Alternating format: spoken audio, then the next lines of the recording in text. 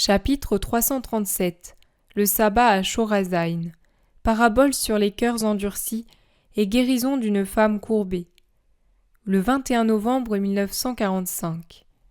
Jésus est à l'intérieur de la synagogue de Chorazaïn qui se remplit de monde. Les notables de l'endroit doivent avoir insisté pour que Jésus y enseigne en ce jour de sabbat. Je le comprends à leur raisonnement et aux réponses de Jésus. « Nous ne sommes pas plus arrogants que les Juifs ou que les habitants de la Décapole, disent-ils, et pourtant tu y vas et y retournes maintes fois. C'est la même chose ici. Je vous ai enseigné par des paroles et des œuvres, par le silence et l'action. Mais si nous sommes plus durs que les autres, raison de plus pour insister. C'est bien, c'est bien. Certainement cela va bien. Nous t'accordons l'usage de notre synagogue pour que tu y enseignes, précisément parce que nous jugeons qu'il est bon de le faire. Accepte donc notre invitation et parle. Jésus ouvre les bras pour demander le silence à l'assistance, et il commence son discours sur un ton de psalmodie, par un récit lent, chantant et emphatique. Arona répondit à David, « Que le roi mon Seigneur prenne et offre ce qui lui semble bon. Voici les bœufs pour l'holocauste, le char et les jougs des bœufs pour le bois. » Arona donne tout au roi, et il ajouta, « Que le Seigneur Dieu agrée ton offrande. » Mais le roi répondit, « Il n'en sera pas comme tu le voudrais. Non, je veux te l'acheter en payant comptant. Je ne veux pas offrir au Seigneur mon Dieu des holocaustes qui m'ont été donnés en cadeau. » Jésus baisse les yeux, car il parlait le visage presque tourné vers le plafond, et il fixe intensément le chef de la synagogue et les 4 notables qui étaient avec lui, et leur demande « Avez-vous compris ce que cela signifie ?» Cela se trouve dans le second livre des rois, quand le saint roi acheta l'ère d'Arona. Mais nous ne comprenons pas pourquoi tu nous l'as dit. Ici, il n'est pas question de peste, et il n'y a pas de sacrifice à offrir. Toi, tu n'es pas roi. Nous voulons dire, tu ne l'es pas encore. En vérité, votre intelligence est lente à comprendre les symboles, et votre foi est incertaine. Si elle était assurée, vous verriez que je suis déjà roi, comme je l'ai dit, et si vous aviez une prompte intuition, vous comprendriez qu'il y a ici une peste très grave, bien plus grave que celle qui tourmentait David. Vous avez celle de l'incrédulité qui vous fait périr. Eh bien, si nous sommes lents et incrédules, donne-nous l'intelligence et la foi, et explique-nous ce que tu as voulu dire. Voici, je n'offre pas à Dieu des holocaustes que l'on m'impose, ceux qu'on offre pour un intérêt mesquin. Je n'accepte pas de parler uniquement si on accorde cette faveur à celui qui est venu pour parler. C'est mon droit et j'en use. Sous le soleil ou entre 4 murs, sur la cime des montagnes ou au fond des vallées, sur la mer ou assis sur les bords du Jourdain, partout j'ai le droit et le devoir d'enseigner et d'acquérir les seuls holocaustes qui soient agréables à Dieu, les cœurs convertis et rendus fidèles par ma parole. Vous autres, habitants de Chorazaïn, vous avez accordé au verbe de parler, non par respect ou par foi, mais parce que vous avez dans le cœur une voix qui vous torture comme le ver qui ronge le bois. Cette punition de la gelée est due à la dureté de notre cœur. Et vous voulez réparer, pour votre bourse, pas pour votre âme. Ah, Chorazaïn, païenne et entêtée! Mais ce n'est pas Chorazaïn tout entière qui est ainsi. C'est pour ceux qui ne sont pas comme ceux-là que je vais parler, par une parabole. Écoutez. Un riche qui était sot apporta à un artisan un gros bloc d'une matière blonde comme le miel le plus fin, et il ordonna de le travailler pour en faire une fiole décorée. « Cette matière ne se prête pas au travail, » dit l'artisan au riche. « Tu vois, elle est molle, élastique. Comment puis-je la sculpter et la modeler ?»« Comment ? Elle n'est pas bonne. C'est une résine de grand prix, avec laquelle un de mes amis a fait réaliser une petite amphore dans laquelle son vin acquiert une délicieuse saveur. Je l'ai payé au poids de l'or pour avoir une amphore plus grande, et humilier ainsi mon amie qui vante la sienne. Fabrique-la moi, et tout de suite, ou bien je dirai que tu es un artisan incapable. Mais celle de ton amie, ne serait-elle pas en albâtre jaune ? Non, elle est en 7 matières. Ne serait-elle pas en ambre fin ? Non, elle est en 7 matières. Elle est peut-être, admettons-le, de la même matière, mais rendue compacte, durcie par l'effet des siècles ou le mélange avec d'autres substances qui l'ont solidifiée. Demande-le lui, et reviens me dire comment la sienne a été faite. Non, il me l'a vendue lui-même, en me certifiant que c'est ainsi qu'il faut l'employer. Dans ce cas, il t'a escroqué pour te punir de l'envie que tu avais de sa belle amphore. Veille à tes paroles, travaille, ou c'est moi qui te punirai en t'enlevant l'atelier, qui n'a pas une valeur comparable à celle de cette résine extraordinaire. Désolé, l'artisan se mit au travail.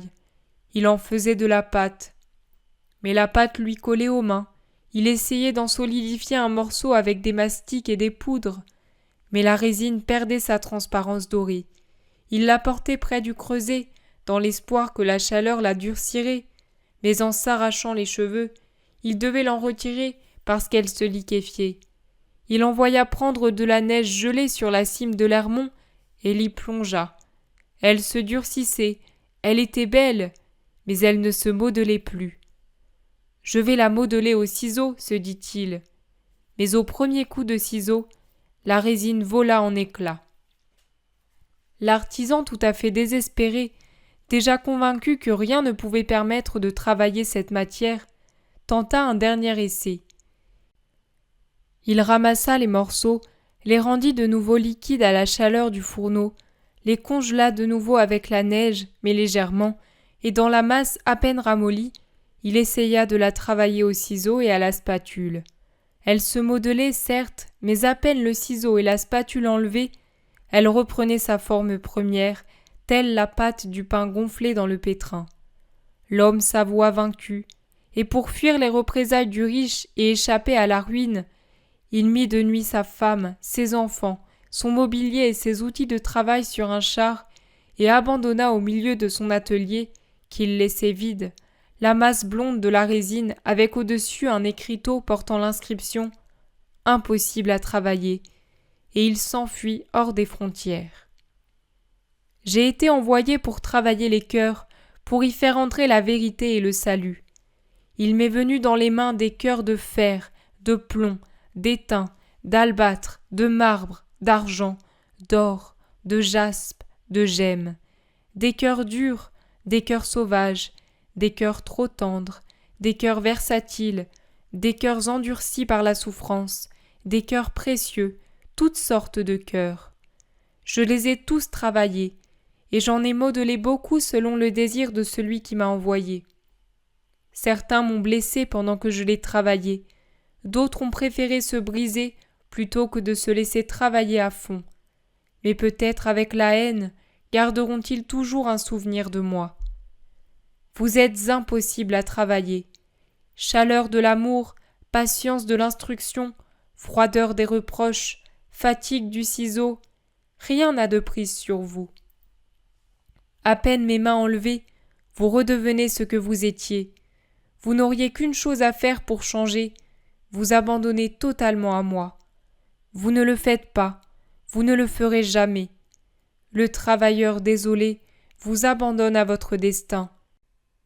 Mais comme il est juste, il ne vous abandonne pas tous de la même manière. Dans sa désolation, il sait choisir encore ceux qui méritent son amour, et il les réconforte et les bénit. « Femme, viens ici !» dit-il en faisant signe à une femme qui se tient près du mur, tellement courbée qu'elle ressemble à un point d'interrogation. Les gens regardent dans la direction qu'indique Jésus, mais ne voient pas la femme qui, à cause de sa position, ne peut voir Jésus et sa main. « Va donc, Marthe, il t'appelle !» lui disent plusieurs. Et la malheureuse s'approche en boitant avec son bâton, à la hauteur duquel se trouve sa tête. Elle se tient maintenant devant Jésus, qui lui dit « Femme, reçois un souvenir de mon passage et une récompense pour ta foi humble et silencieuse. Sois délivré de ton infirmité. » s'écrie-t-il enfin en lui posant les mains sur les épaules. Aussitôt, la femme se lève et, droite comme un palmier, lève les bras en s'écriant « Hosanna, il m'a guéri, il a regardé sa fidèle servante et lui a accordé ses bienfaits. Louange soit au Sauveur et Roi d'Israël. Hosanna au fils de David. » Les gens joignent leur louange au Hosanna de la femme qui est maintenant agenouillée aux pieds de Jésus et qui baise le bord de son vêtement, pendant que Jésus lui dit « Va en paix et persévère dans la foi. » Le chef de la synagogue, que doivent encore brûler les paroles dites par Jésus avant la parabole, veut jeter son venin à cause de ce reproche, et pendant que la foule s'ouvre pour laisser passer la miraculée, il s'écrie avec indignation « Il y a 6 jours pour travailler, 6 jours pour demander et pour donner. Venez donc ces jours-là, tant pour demander que pour donner. Venez guérir ces jours-là, sans violer le sabbat, pécheurs et mécréants que vous êtes, corrompus et corrupteurs de la loi. » Et il cherche à expulser tout le monde de la synagogue, comme pour chasser la profanation du lieu de prière. Il est aidé par les 4 notables déjà mentionnés et par d'autres disséminés dans la foule, qui donnent les signes les plus manifestes de leur scandale et de leur dégoût dû au crime de Jésus. Voyant cela, Jésus s'écrie à son tour en les regardant, les bras croisés, l'air sévère, imposant. « Hypocrite, lequel d'entre vous en ce jour de sabbat n'a pas détaché son bœuf ou son âne de la mangeoire et ne l'a pas mené boire ? Et qui n'a pas porté des bottes d'herbe aux brebis du troupeau et n'a pas trait le lait des mamelles pleines ? Pourquoi donc, puisque vous avez 6 jours pour le faire, l'avez-vous fait même aujourd'hui pour quelques deniers de lait ou par crainte que votre bœuf ou votre âne ne meure de soif ? Et moi, je n'aurais pas dû débarrasser cette femme du joug sous lequel Satan l'a retenue pendant 18 ans, uniquement parce que c'est le sabbat ? Partez. J'ai pu délier cette femme et ses chaînes involontaires, mais je ne pourrai jamais vous détacher des vôtres qui sont volontaires, ô ennemis de la sagesse et de la vérité. » Les braves gens, peu nombreux parmi les habitants hostiles de Chorazin, approuvent et louent alors que les autres, blêmes de rage, s'en vont, abandonnant le chef de la synagogue, livide lui aussi. Jésus également le laisse en plan et sort de la synagogue, entouré des bons qui continuent à l'escorter jusqu'à ce qu'il ait rejoint la campagne. Il les bénit alors une dernière fois et prend la grande route en compagnie de ses cousins, de Pierre et de Thomas.